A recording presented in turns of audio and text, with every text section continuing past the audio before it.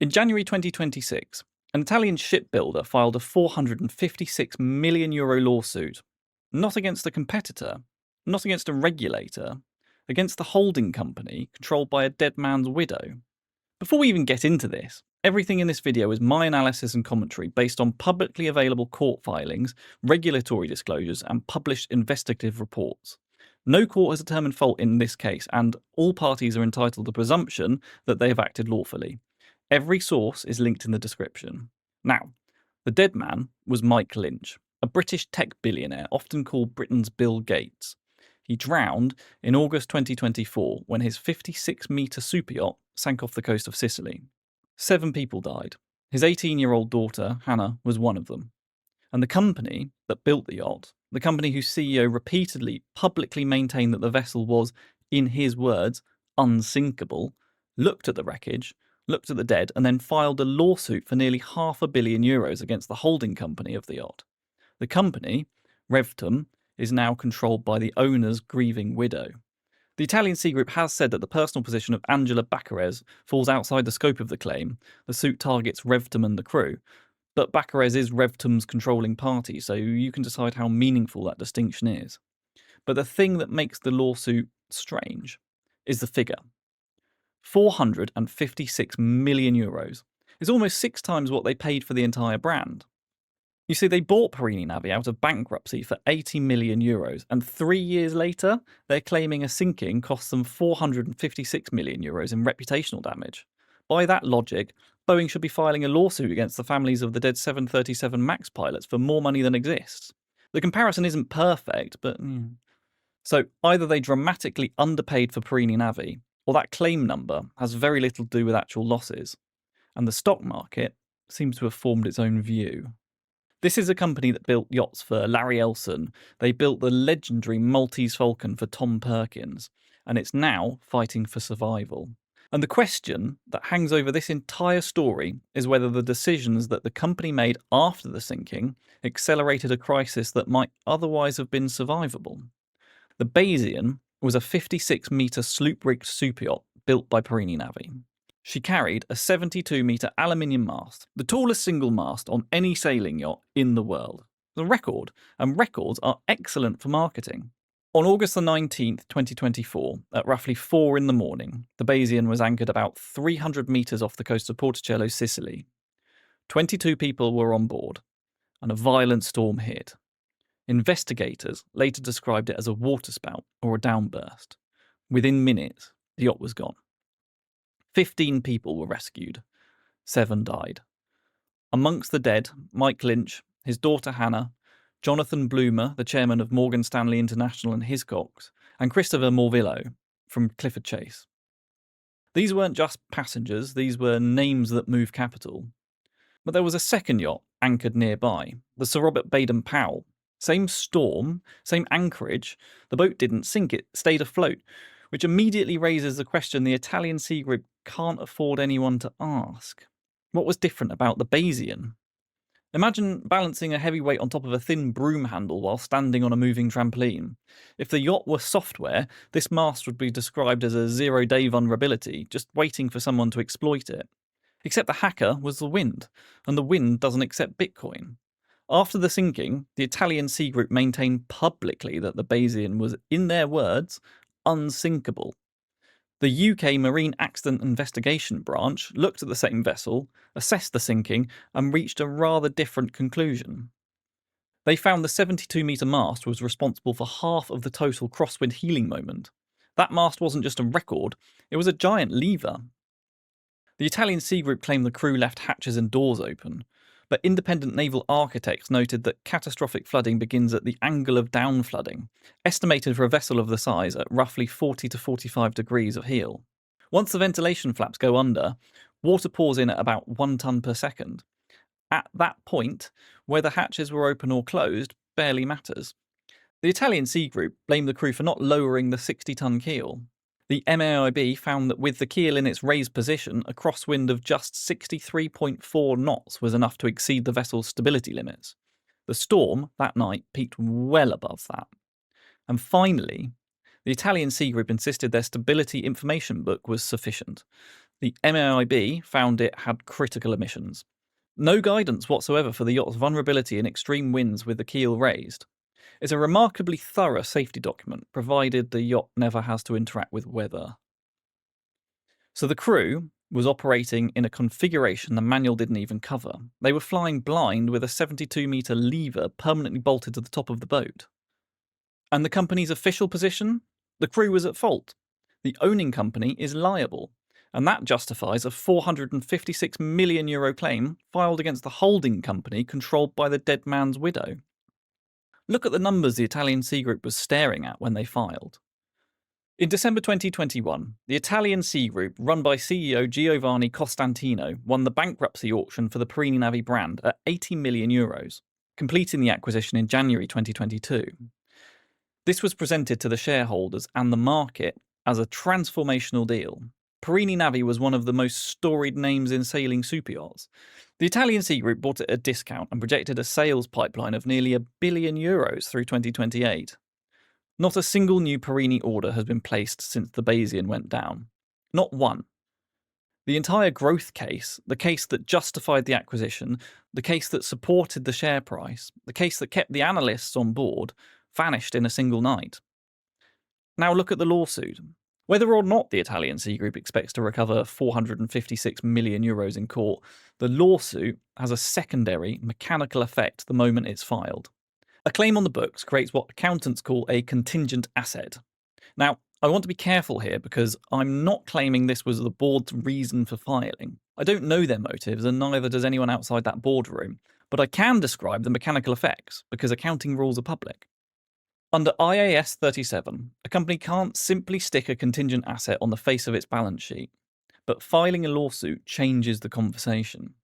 A legal proceeding, even an unproven one, gives auditors and restructuring advisors a number to model against. And as long as that number exists on paper, the gap between what the company owes and what the company owns looks narrower than it might otherwise appear. A superyacht takes 3 years to build. A contingent asset takes 1 afternoon and a lawyer. Whatever the intent, that's the arithmetic. So, when the Italian Sea Group filed for protective measures under Italy's Crisis and Insolvency Code 2 months later, that €456 million claim was sitting on the books, a number large enough for analysts to model a plausible path to solvency around, whether it ever pays or not. And I'm not saying that's why it was filed, I'm saying that's what it does. But it goes deeper. If there's even a 10% chance the design was flawed, if the mast was too tall, if the stability book was incomplete, if the down flooding angle was too low, then the Perini Navi brand isn't worth €80 million, it's worth nothing. This is a shipbuilder in a position where acknowledging any design flaws would instantly call into question its own valuation. If the design is at fault, the brand isn't worth what they paid for it. It's genuinely a difficult situation for any business to escape. But the Italian Sea Group didn't just file a lawsuit. They ran a full-blown PR operation. CEO Giovanni Costantino went on the media offensive, publicly maintaining that there were no flaws or mistakes in the yacht's design, and calling the vessel unsinkable. The lawsuit filing describes the crew's actions as an incredible and unspeakable series of very serious errors. In November 2024, the company instructed lawyers to take action against the New York Times for reporting that questioned the vessel's design. Because if there's one thing that fundamentally reassures the global markets, it's a yacht builder picking a legal fight with a newspaper over the definition of buoyancy. They played it by the crisis management playbook. Blame the operator, defend the product, protect the stock. But it didn't work, because there's a paradox at the centre of their defence. If you're filing a €456 million claim for reputational damage against the holding company of your dead client's family, the filing itself becomes part of the reputational story. Every broker in the Mediterranean saw that headline. Every ultra-high net worth buyer considering a Perini Navi looked at that lawsuit and thought, if I buy one of these boats and something goes wrong, they'll come after me. Because nothing closes a €50 million luxury sale quite like the threat of ruinous litigation. In an industry built on discretion and trust, the Italian Sea Group chose aggression. And the market's verdict was immediate. Let's be completely honest here. The Italian Sea Group situation is ugly, but it isn't unique. There's a direct precedent that makes the outcome almost predictable. A different shipyard, a different yacht, a different country, but the pattern is identical. In July 2015, a yacht called the Polina Star 3, an Oyster 825, lost her keel and sank off the coast of Spain. Not in a storm, it was almost perfect sailing weather, and not because of crew error, because of structural lamination defects in the hull where the keel attached. The bolts that hold the keel to the hull held, but the hull didn't. Before the sinking, independent surveyors had warned Oyster Yachts about excessive movement at the ballast keel joint. The company's response, CEO David Tiedemann dismissed it as cosmetic. The owner later summarised Oyster's attitude towards the concerns as, "Enjoy your yacht." The yacht sank 4 years later. Presumably he stopped enjoying it around that time. Now, here's where the Oyster story gets instructive, because Oyster didn't die the way you'd expect. When the company entered administration in February 2018, it had its largest order book in history, over £80 million. Customers were still buying. The brand wasn't dead, the balance sheet was. A £5.2 million insurance claim from the Polina Star loss cascaded into a £7.3 million hole. The Dutch private equity backer pulled its funding, and the company collapsed, not because clients walked away, because one structural failure ate through the finances faster than the order book could absorb it. Now hold that next to the Italian Sea Group. Oyster had a record order book and still couldn't survive a single sinking. The Italian Sea Group has 0 new Perini orders. None. The owner of the sunken Oyster created a website, How It Went Down, the Oyster Story, publicly documenting every warning the company had ignored. The owner dubbed the company Ostrich Yachts because of the head in the sand thing. That owner had agency. He could fight. He could tell his story. The Lynch family doesn't have that option. They're not fighting a defective product claim. They're defending against a €500 million lawsuit filed by the company that built the boat that their family drowned on. Oyster had everything the Italian Sea Group doesn't. A full pipeline, willing customers, a product people still wanted to buy. And it still wasn't enough. One hull defect, one insurance claim, one backer walking away. That's all it took. The Italian Sea Group is running the same race with no order book, no backer, and a lawsuit that's telling every potential customer to stay away. If you're watching this and wondering how a publicly listed company can file a €500 million claim against the holding company of a dead man's widow while simultaneously activating insolvency protection, you're asking the right questions.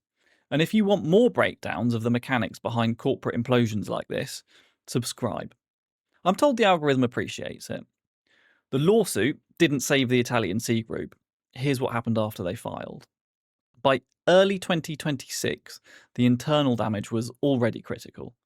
In February, the Italian Sea Group disclosed that an internal review, later handed over to KPMG, uncovered what the board described as a system implemented by a group of individuals designed to circumvent the controls, preventing expenditure overruns. According to the company's own admissions, the true financial reality of the yard's super orders had been systematically concealed. By March, Giovanni Costantino escalated the situation, filing a criminal complaint against the former senior executives, alleging what the company's own disclosures describe as a coordinated misconduct, a system designed to circumvent internal controls and conceal the true financial position of the yard's super orders. And then in February 2026, employees at the Carrera facility didn't receive their wages for 8 days. The company ran out of cash. To keep the lights on, Giovanni Costantino's personal holding company, GC Holdings, injected a €25 million emergency loan. That's not a credit line from a bank. That's the CEO's own holding company providing emergency liquidity, which does raise the question as to why usual funding channels weren't available. 7 people drowned. Among them, the owner and his 18-year-old daughter. 5 weeks later, a €222 million lawsuit was filed against the Lynch estate in a Sicilian court. The Italian Sea Group said the lawyer acted without authorization. They fired the legal team and ordered the claim withdrawn. Then came the Trump trade sell-off. Between mid-February and early April, the stock dropped roughly 40%. Competitors bounced back. The Italian Sea Group didn't. And then, in January 2026, the Italian Sea Group filed a new claim. Same court, same defendants, but the number had more than doubled, €456 million. So the objection to the first lawsuit wasn't about the principle, it was apparently about the price. On February the 27th, Chairman Filippo Mincelli and Vice Chairman Marco Carniani both resigned. On March the 16th, the Italian Sea Group filed for protective measures under Italy's Crisis and Insolvency Code. The Court of Florence granted protection on April the 20th. On May the 21st, the company disclosed that losses had eroded share capital below the legal minimum under Article 2447 of the Italian Civil Code. The next day, the stock crashed 37% in a single session. Shares closed at €1.29. The share price broke below the original IPO floor of €4.90. The company's market cap went from roughly €320 million to €68 million. And remember that they paid €80 million for Perini Navi. The acquisition was supposed to be transformational, and in fairness it was. According to industry reporting, brokers stopped referring clients to Perini Navi after the lawsuit was filed. While competitors Ferretti and San Lorenzo recovered from the 2025 correction, the Italian Sea Group's own disclosures confirm that the Perini pipeline went to zero. And this is the kind of damage that doesn't reverse easily. Think about what a marine lender or insurer sees when they look at this case. A shipbuilder, whose response to a fatal tragedy was to file a €456 million claim against the owning company. If you're a Lloyd's syndicate underwriting a new Perini build, you're now weighing the risk that the yard might litigate against the owner if anything goes wrong. It's reasonable to assume that means higher premiums, larger escrow holdbacks, tighter covenants. It's not just a reputational hit. It looks like a sector-wide repricing of counterparty risk.